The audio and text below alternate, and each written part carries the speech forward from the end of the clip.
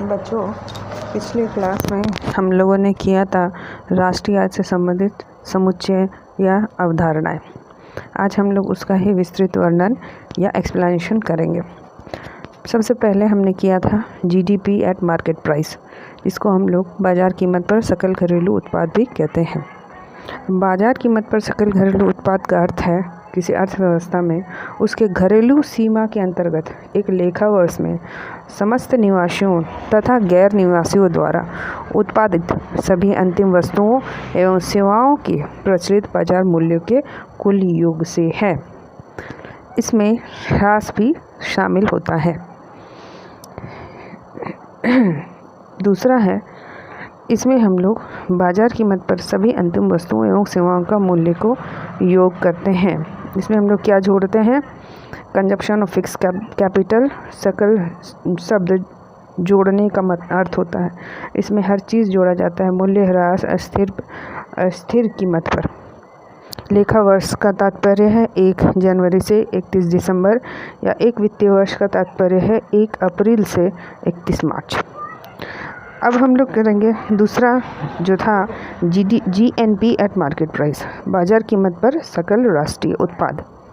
बाज़ार कीमत पर सकल राष्ट्रीय उत्पाद से यह अर्थ हम समझ सकते हैं, यह एक देश के नागरिकों द्वारा देश के भीतर तथा देश के बाहर उत्पादित अंतिम वस्तुओं एवं सेवाओं के विक्रय मूल्य से है या बाजार मूल्य के कुल योग से है।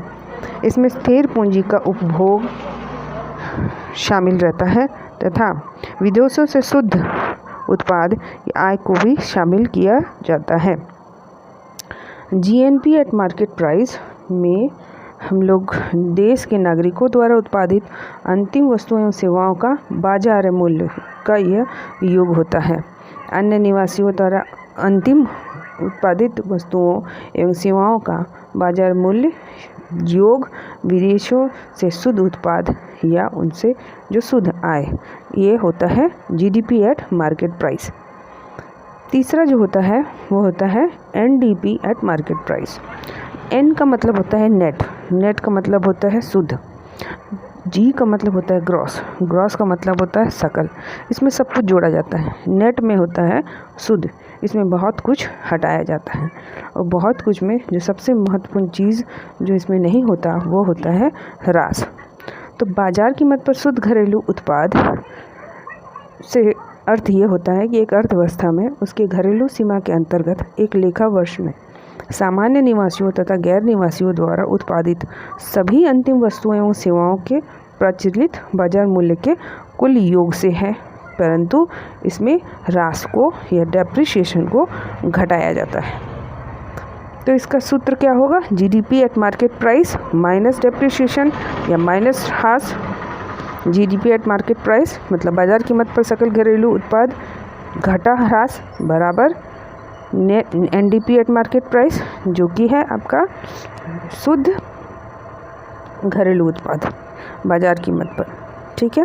चौथा है बाजार कीमत पर शुद्ध राष्ट्रीय उत्पाद एनएनपी एट मार्केट प्राइस। बाजार कीमत पर शुद्ध राष्ट्रीय उत्पाद का अर्थ होता है किसी देश के नागरिकों द्वारा देश के भीतर तथा देश के बाहर उत्पादित अंतिम वस्तुओं एवं सेवाओं के बाजार मूल्य के कुल योग से है, जिसमें कि स्थिर पूंजी उपभोग अर्थात ह्रास को घटाया जाता है, क्योंकि यह भी शुद्ध है, और इसमें विदेशियों का शुद्ध उत्पाद या आय को जोड़ा जाता है। नेट इनकम फ्रॉम अब्रॉड को इसमें जोड़ा जाता है। तो इसका जो सूत्र कैसा होगा? देश के नागरिकों एवं द्वारा उत्पादित अंतिम वस्तुओं एवं सेवाओं का बाजार मूल्य घटा ह्रास बराबर क्या होगा? NNP eight market price. इसके बाद साधन लागत एवं सकल घरेलू उत्पाद। साधन लागत पर सकल घरेलू उत्पाद का अर्थ होता है किसी अर्थव्यवस्था की घरेलू सीमा के अंतर्गत एक लेखा वर्ष में सामान्य निवासियों तथा गैर निवासियों द्वारा साधन आय के रूप में अर्जित मजदूरी, लगान, ब्याज, लाभ के कुल योगों में राशि को भी शामिल करते हैं। क्योंकि यहाँ पर जी है, सकल है, तो सकल का मतलब है यहाँ ह्रास जुटा हुआ है। तो जीडीपी एट फैक्टर कॉस्ट क्या होगा? वेतन एवं मजदूरी जोड़ लगान जोड़ ब्याज जोड़ लाभ जोड़ ह्रास, या जीडीपी एट मार्केट प्राइस घटा शुद्ध अप्रत्यक्ष कर, शुद्ध net income net indirect tax हो जाएगा आपका GDP at market price minus net indirect tax, आपका आ जाएगा जीडीपी एट फैक्टर कॉस्ट। अब छठा जो है साधन लागत पर सकल राष्ट्रीय उत्पाद, जीएनपी एट फैक्टर कॉस्ट। साधन लागत पर सकल राष्ट्रीय उत्पाद का अर्थ है किसी देश के नागरिकों द्वारा देश के भीतर तथा देश के बाहर अर्जित साधन आय के कुल योग है, जिसमें कि स्थिर पूंजी का उपभोग एवं विदेशों से शुद्ध साधन आयों को भी शामिल किया जाता है। इसमें हम इसको कैसे हम लोग निकाल सकते हैं, तो जीडीपी एट फैक्टर कॉस्ट योग विदेशों से शुद्ध साधन आय, net foreign income from abroad, GDP at factor cost plus net foreign income from abroad बराबर होगा जीएनपी एट फैक्टर कॉस्ट, या GNP at market price minus शुद्ध अप्रत्यक्ष कर या नेट इनडायरेक्ट टैक्स होगा जीएनपी एट फैक्टर कॉस्ट। ठीक है। सातवां है साधन लागत पर शुद्ध घरेलू उत्पाद। साधन लागत पर शुद्ध घरेलू उत्पाद का अर्थ है किसी अर्थव्यवस्था की घरेलू सीमा के अंतर्गत एक लेखा वर्ष में जब सामान्य निवासियों तथा गैर निवासियों द्वारा साधन आय के रूप में जो अर्जित की जाती है, जैसे कि मजदूरी लगान ब्याज लाभ, इन सब का कुल योग होता है साधन लागत पर शुद्ध घरेलू उत्पाद। इसे हम लोग एनडीपी एट फैक्टर कॉस्ट कहते हैं। क्योंकि साधन आय में ह्रास नहीं रहता है, क्योंकि यहाँ पर शुद्ध है तो हम लोग यहाँ पर ह्रास को जो है पहले से ही घटा हुआ है, अतः इसे घटाने की आवश्यकता नहीं होती है। तो इसका सूत्र क्या होगा, GDP at factor cost minus ह्रास, या NDP at market price minus शुद्ध अप्रत्यक्ष कर या नेट इनडायरेक्ट टैक्स। उसके बाद है आठवां साधन लागत पर शुद्ध राष्ट्रीय उत्पाद, net national product at factor cost. साधन लागत पर शुद्ध राष्ट्रीय आय से तात्पर्य एक देश के नागरिकों द्वारा देश के अंतर तथा देश के बाहर अर्जित साधन आय, जैसे कि वेतन मजदूरी लगान या ब्याज या लाभ के कुल योग से है, जिसमें विदेशों से प्राप्त शुद्ध साधन आय को भी शामिल किया जाता है। यहाँ पर हम लोग बात कर रहे हैं शुद्ध मतलब यहाँ सकल नहीं है तो यहाँ ह्रास नहीं है। अब इसमें हम लोग क्या कर रहे हैं, राष्ट्रीय आय इस आधार पर अगर हम लोग कैलकुलेट कर रहे हैं तो इसमें देश के नागरिकों द्वारा देश के अंदर तथा देश से बाहर वो जो साधन आय अर्जित किया है, देश का नागरिक बाहर जाकर अगर कुछ नौकरी कर रहा है तो वहाँ से वो जो आय अर्जित किया है उसका, और अगर देश में कर रहा है उसका, इन दोनों का योग जो होता है ये होता है साधन लागत पर शुद्ध राष्ट्रीय उत्पाद। इसमें राष्ट्रीय आय की गणना इस आधार पर किया जाता है और इसको हम लोग इस तरह से निकाल सकते हैं, and GNP at factor cost minus depreciation, या जीएनपी एट फैक्टर कॉस्ट घटा ह्रास, या NNP eight market price minus शुद्ध अप्रत्यक्ष कर या नेट इनडायरेक्ट टैक्स, या एनएनपी एट फैक्टर कॉस्ट बराबर मजदूरी लगान किराया योग ब्याज योग लाभ योग विदेशों से शुद्ध साधन आय बन जाएगा आपका एनएनपी एट फैक्टर कॉस्ट। ठीक है। इसके बाद आता है आपका प्राइवेट इनकम, जिसे हम लोग निजी आय कहते हैं। निजी आय का अर्थ क्या होता है, एक देश के समस्त निजी क्षेत्रों को एक लेखा वर्ष में समस्त सभी स्रोतों से प्राप्त साधन आय, सरकार तथा शेष विश्व से प्राप्त वर्तमान हस्तांतरण भुगतान के योग से है। इस प्रकार निजी आय में साधन आय तथा हस्तांतरण भुगतान दोनों शामिल होता है। ट्रांसफ़र अर्निंग, इसको हम लोग क्या बोलते हैं, साधन आय और ट्रांसफ़र अर्निंग, मतलब फैक्टर इनकम और ट्रांसफ़र अर्निंग दोनों जोड़ा रहता है प्राइवेट इनकम में। परंतु इसमें सरकार को सरकारी उद्यमों से प्राप्त आय और गैर विभागीय उद्यमों से बचत को शामिल नहीं किया जाता। इसमें क्या क्या नहीं शामिल किया जाता है, सरकारी उद्यमों से प्राप्त आय मतलब गवर्नमेंट सेक्टर वाला इनकम, और गैर विभागीय, ठीक है, नॉन डिपार्टमेंटल जो इंटरप्राइजेस है उसका सेविंग को या बचत को शामिल नहीं किया जाता है। निजी आय में साधन आय के अतिरिक्त जो अन्य स्रोतों से आय भी शामिल की जाती है, तो प्राप्त आय भी शामिल की जाती है। यही कारण है कि निजी आय राष्ट्रीय आय से अधिक होता है। ठीक है।